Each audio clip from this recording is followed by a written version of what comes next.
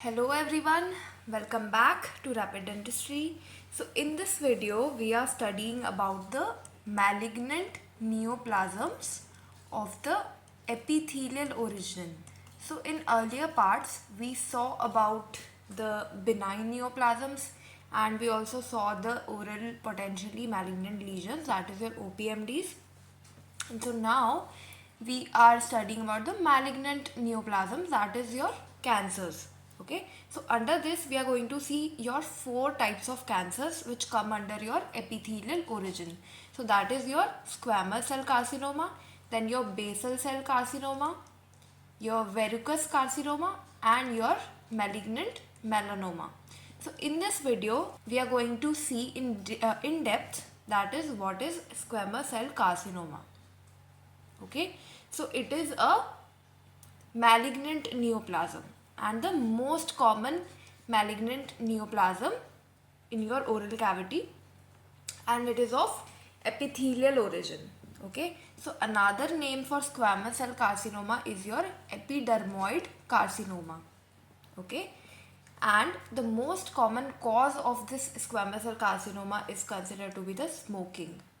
Okay, now this squamous cell carcinoma, it occurs mainly due to mutation of a gene which is your p53 gene. So this p53 gene is also known as your guardian of the genome. So guardian of genome. So what happens is, this is a cell cycle which happens when the cell divides. Okay, so there are various phases to it. Okay, the G0 phase, G1 phase, then comes the S phase, then G2 phase and your M phase. So what happens is, when the cell is moving towards from your G0 phase to G1 phase, there is a checkpoint which checks if the DNA is proper, the DNA is normal. Okay, so there's a responsibility of this gene, that is the p53 gene, to check whether the DNA is normal or not. So if by any chance this gene gets mutated, that is our p53 gene, which is protecting our DNA. So what happens is, if there is any abnormal DNA, it moves from your G0 phase to G1 phase, and these abnormalities may lead to your cancers later on. Okay, so that is why your p53 gene mutation can be very disastrous in a way, right? And then we can also have other genes involved in it, that is your leading to your squamous cell carcinomas, that is your TP53, CDKN2A, your P10 and your HRAS. Okay, but the main gene which is responsible is your p53 gene. Okay, which is known as your guardian of the genome because it is protecting our genome in a way. Okay, but if there is any abnormal DNA, this gene sends it back to either get repaired, or it is then destroyed if it is not repaired. Okay, so this is, in this image, this is an example of your squamous cell carcinoma on the ventral surface of your tongue, and your floor of the mouth is also involved in it. Okay, if we see histopathologically, your squamous cell carcinomas can be categorized into three types, that is your well differentiated, moderately differentiated and poorly differentiated. So your well differentiated types, they resemble the original squamous cells. Okay, so they resemble the squamous cells. They are arranged in your sheets and nests of the cells, and they have, so you will see the features of dysplasia here, that in dysplasia we discussed about that the nuclei is going to be hyperchromatic. You are going to see mitotic figures, and you're going to see keratin pearls here. Okay, and the individual cell keratinization also we discussed, which is known as your dyskeratosis. So what happens is, I told you in when we discussed about dysplasia, that what happens in individual cell keratinization, your cell, when it moves from your stratum basale towards the upper layers of the epithelium, what happens is, it should get differentiated first, and then it lays keratin on the top layers. But in dysplastic cells or dysplastic epithelium, your single cells undergoes immature keratinization. So these cells are not even mature yet and they are undergoing keratinization. So that is what happens in your dyskeratosis. Okay, and there is a lot of keratin production here. So keratin pearls. So in this histopath slide you can see that you can see these lots of onion skin round structures. These are nothing but keratin pearls. Okay, so this is the histopath slide of your well differentiated squamous cell carcinoma. Now this is having a better prognosis than your poorly differentiated squamous cell carcinoma. So that is having a very poor prognosis. Okay, so if we compare our well differentiated type from our poorly differentiated, how can we distinguish is that in poorly differentiated there is no resemblance to your original squamous cells. So the cells do not resemble your original cells, they differ in shape and size and everything, and there is no keratin formation.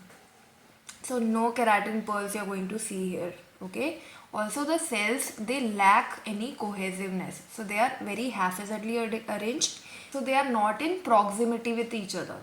Okay, and they are highly anaplastic. So I told you what is anaplasia. In anaplasia what happens is your well differentiated cell, it undergoes de-differentiation into your immature type of cell which originally gave rise to the differentiated cell.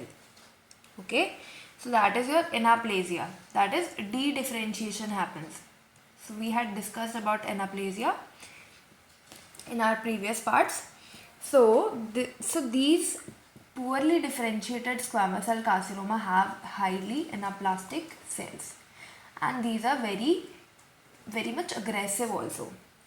So your poorly differentiated type is very aggressive. Okay, so the cells are dividing so fast that they are not able to produce keratin only, because keratin is produced by your differentiated cells or the mature cells. But here the cells are not even getting chance to be mature enough, and they are dividing so fast, so rapidly. They are so aggressive that they involve your perineural structures. So they involve your nerves and they involve your lymphatic system, all of that. Okay, so it is having a very poor prognosis. So in the slide also you can see that there are no keratin pearls here. Okay, the cells are very the cells do not resemble the squamous cells, and they are very highly anaplastic cells. Okay, so they are stem like cells, they do not resemble the original squamous cells. Okay, and then we have our moderately differentiated, which is somewhat in between your well differentiated and poorly differentiated. So it also resembles less of your original squamous cells, and the shape is also a little bit altered here, and there happens a rapid division of cells, and mitotic figures are also present very much in abundance here, and there is also less keratin production. So here keratin is very much present, here keratin is present less, and here there is no keratin at all. And you can see nuclear pleomorphism also, as the epithelium is dysplastic, right? So that was your well differentiated, moderately differentiated, poorly differentiated squamous cell carcinoma. Okay, now if we talk about staging of squamous cell carcinoma. So this staging, what do we do in staging is that we classify our squamous cell carcinomas based on three things. That is the size of the primary tumor. Okay, and the second is if the nodal involvement is there or not. So the lymph nodes are involved or not involved. And then third thing we have is distant metastasis, that if the surrounding tissues are involved or not involved. So the cancer has spread into the surrounding structures or not. So that is what metastasis is all about. So the first thing is your primary tumor, that is your that is denoted by your T. So Tx would mean that the tumor cannot be assessed. Okay, so we cannot assess the tumor only. And T naught. So what is T naught? T naught meaning there is no evidence of tumor. Okay, so the tumor is not present, then we would denote it as T naught. And now what is TIS? TIS would mean that there is the presence of carcinoma in situ. So carcinoma in situ is a middle stage when the dysplasia is advancing into cancer. We have a middle stage which is known as your carcinoma in situ. Okay, which is somewhat still localized. Okay, it has not invaded any surrounding tissues. Now your T1, T2 and T3. These involves your differences in the size. So T1 would mean that the tumor is equal to or less than 2 centimeter size. Okay, T2 is 2 to 4 centimeter size and T3 is more than 4 centimeters in size. So that is what you need to remember, that 2 to 4 and more than 4 is your T3. Okay, and what T4 would mean is, T4 meaning that the tumor has invaded your adjacent structures, that is your mandible, your tongue, any adjacent structures. Now this tumor can be of any size, but if it has invaded the adjacent structures, we are going to denote it by T4. Okay, so by staging of this squamous cell carcinoma, what we are doing is we are going to give a number to the severity of the cancer. Okay, so we are going to stage it based on the severity, that how much it has advanced, okay, in size or involvement of the lymph nodes or the metastasis, all of that. Okay, now the second criteria is your nodal involvement. So we are going to denote this by N, letter N. So what is NX? Again, it cannot be assessed. If the lymph node cannot be assessed. Now, N naught would mean that there is no lymph node metastasis happening here. Okay. So basically the tumor has not spread to the lymph node yet. So N1 would mean that the tumor has spread to a single lymph node ipsilaterally, meaning that in the same side, at the same side. Okay. And it is less than 3 centimeters in size. Okay, so single lymph node is involved of the same side and less than 3 centimeter. That is your N1. Okay, and N2 can be of again 3 types. That is your N2A, N2B and N2C. Okay, N2A, N2B and N2C. So what happens is your N2A again involves the single lymph node of the same side, which is of 3 to 6 centimeters. Okay, and N2B would involve multiple lymph nodes of again the same side but less than 6 centimeters. And N2C would involve your bilateral, that is lymph nodes of both the sides or the opposite side. So the tumor is for example, the tumor is present on the right side, then the lymph nodes of left side is involved, then we call it N2C. And these lymph nodes are less than 6 centimeters.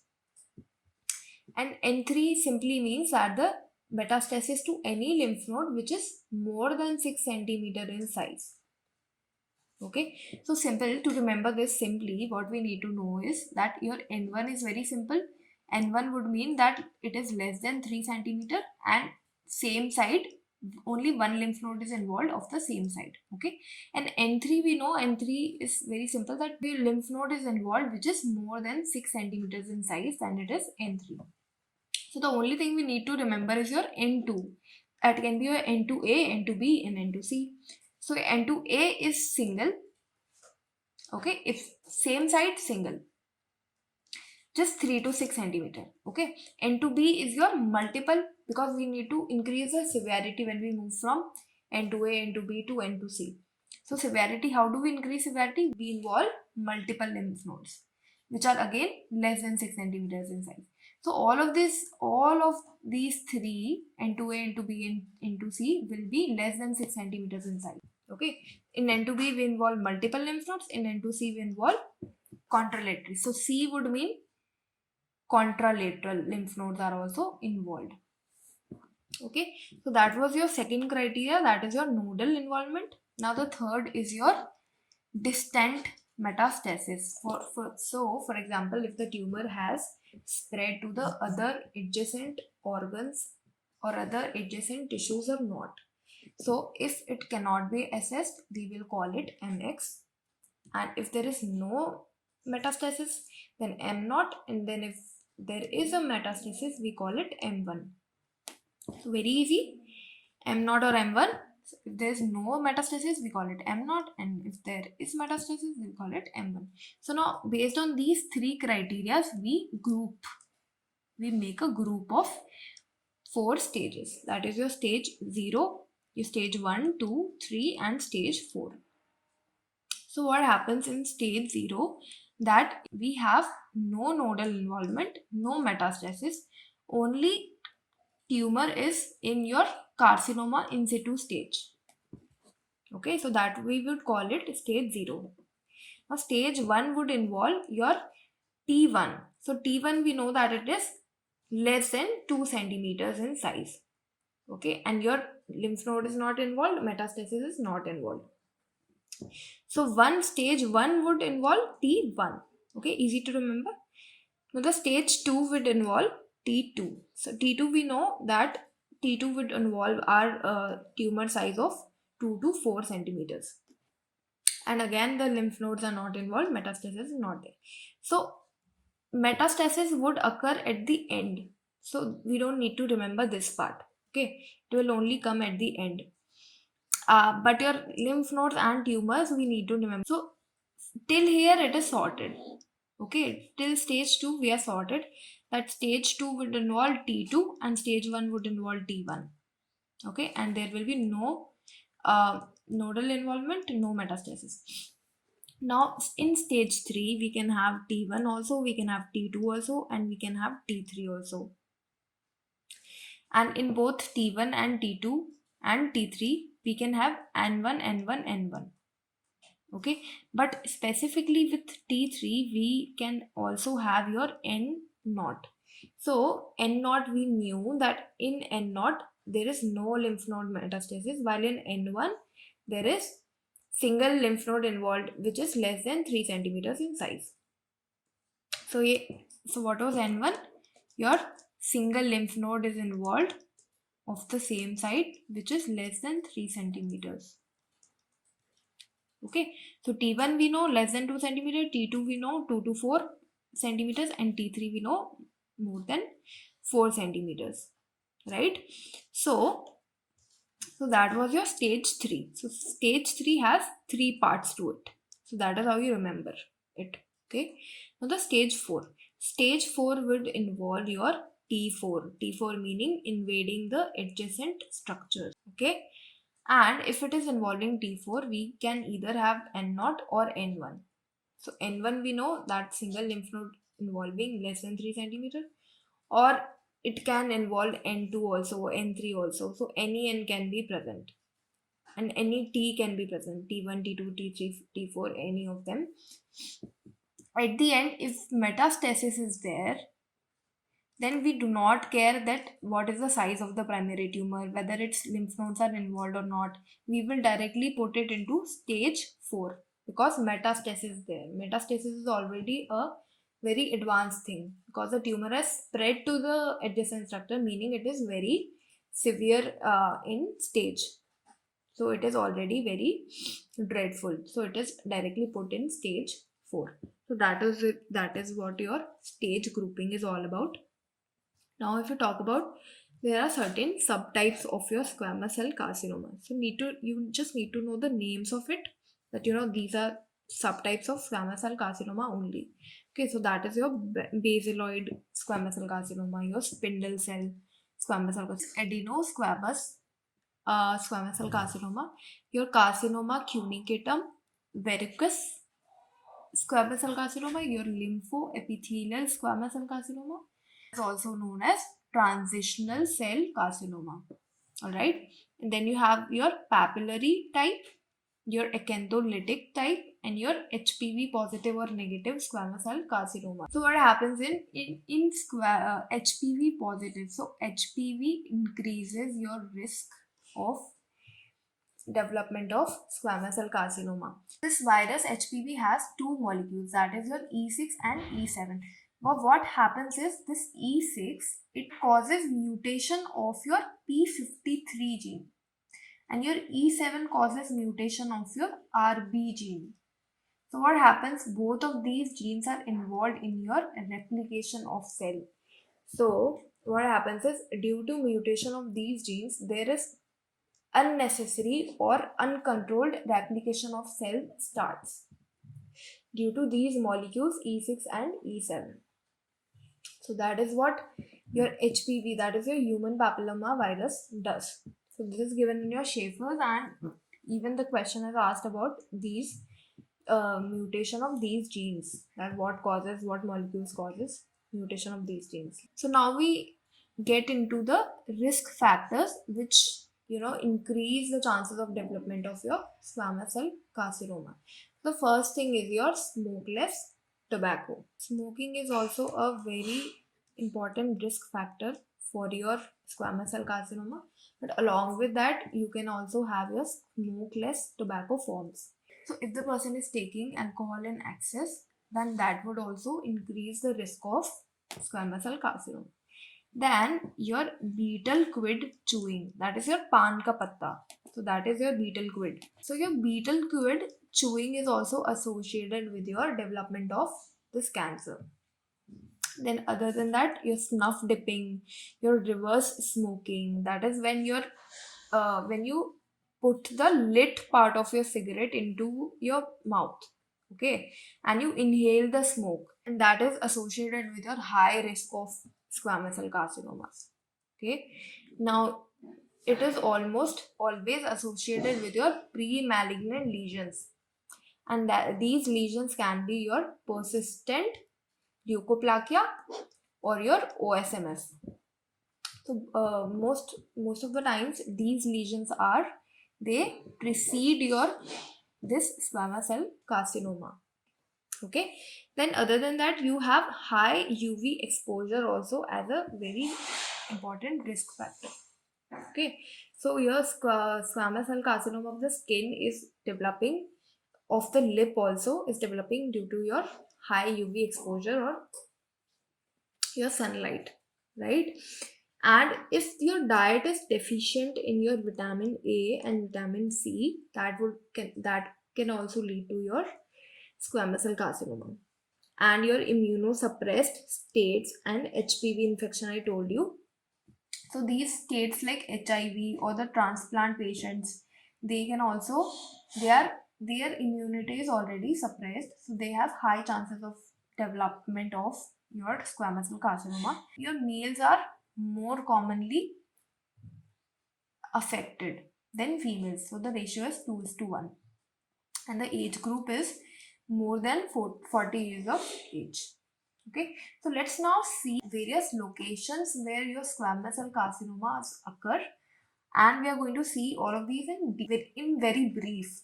Okay, so we are not going to very much depth of it. We are only going to see all the important points. Okay, so if we talk about the squamous cell carcinoma of the lip, so what we are going to see is it begins on the vermilion border of the lip.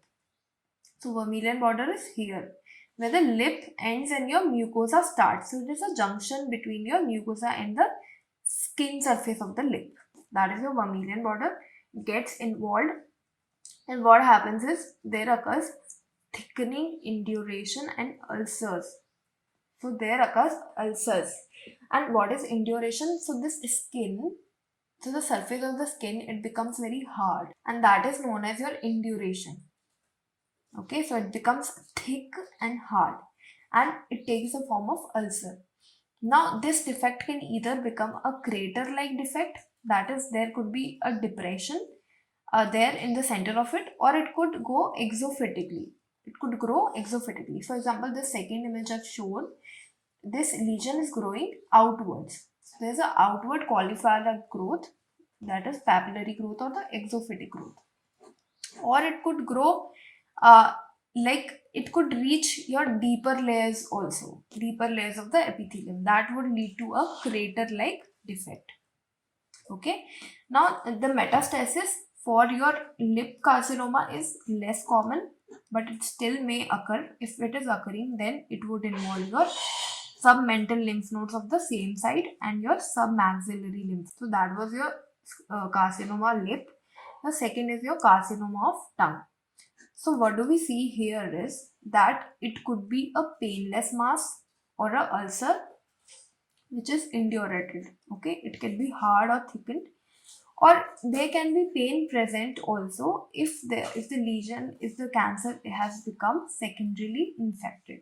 So if there is any secondary infection to the primary tumor, we can have lots of pain here. Okay, so pain can be there, or pain may or may not be present, right? So here in this image you can see a fungating mass. Okay, so either you see a kind of a fungating mass, or you see that the cancer has reached your deeper layers and it is fixed to the underlying tissues. It has become fixed. So that could also happen. Okay, so either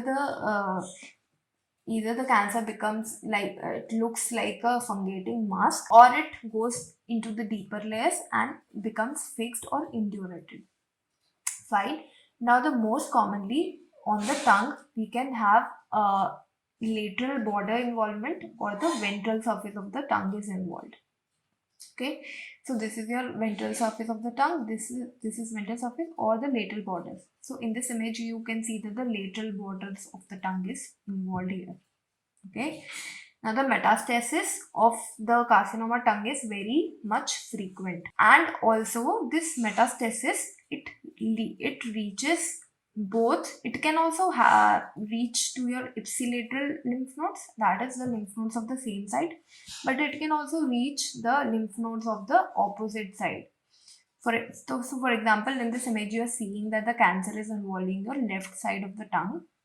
So the metastasis can also occur to the right side of the lymph nodes. Why? Because the tongue is having your cross lymphatic drainage. And we know that carcinomas spread by lymphatic drainage. Okay, so this was about carcinoma tongue. The third type is your carcinoma involving the floor of the mouth. Okay, so mostly the ulcer or the cancer appears in the interior portion of the floor of the mouth. That is more common than the involvement of posterior part of the floor of the mouth.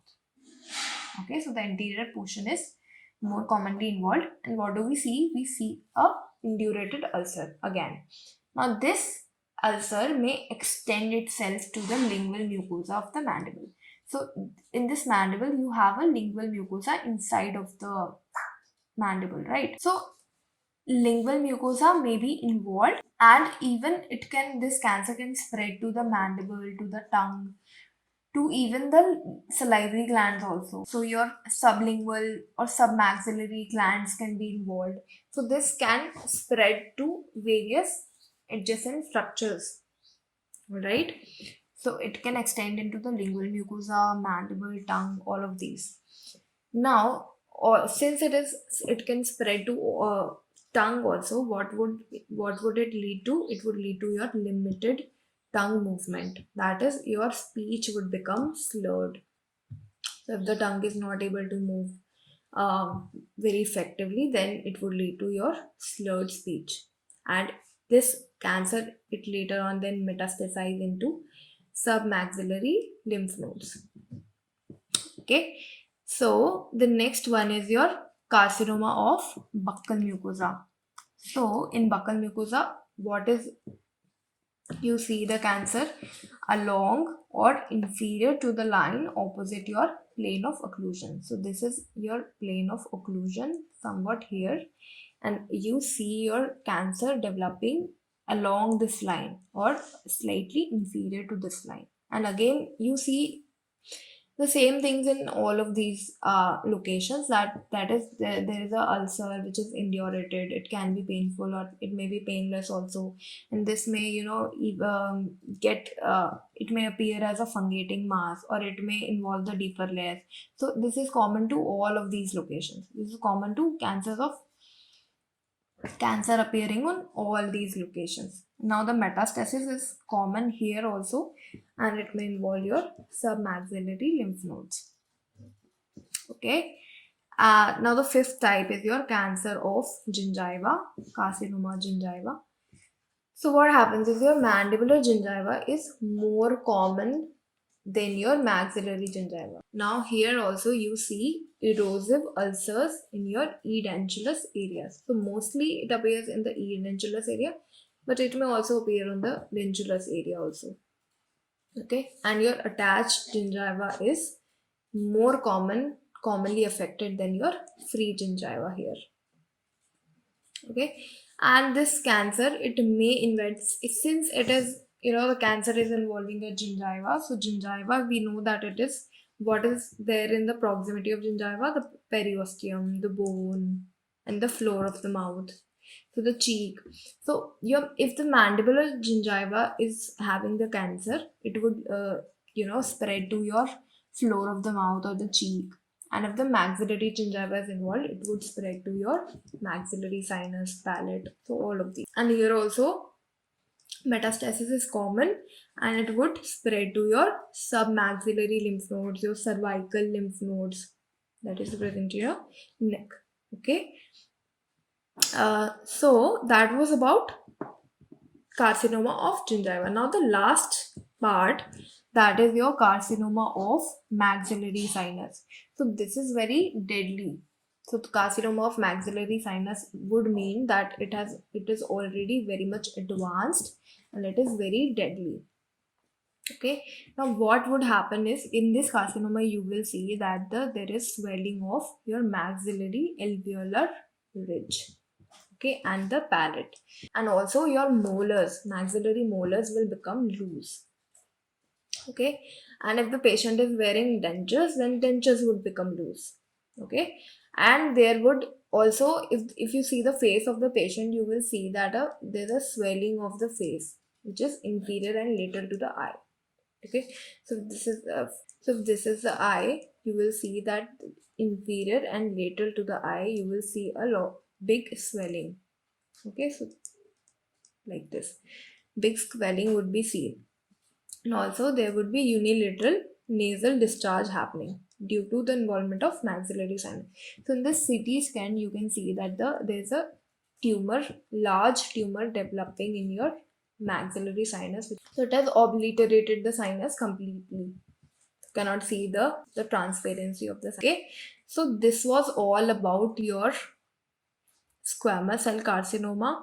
So we had seen various locations where these cancer may develop, and we had seen the risk factors, the subtypes, and the most important thing, the staging of the squamous cell carcinoma, its various histological subtypes. So that was all about squamous cell carcinoma. So we are going to see the other cancers in the later parts, and that's all about this video. Thank you so much, and I'll see you in the next part.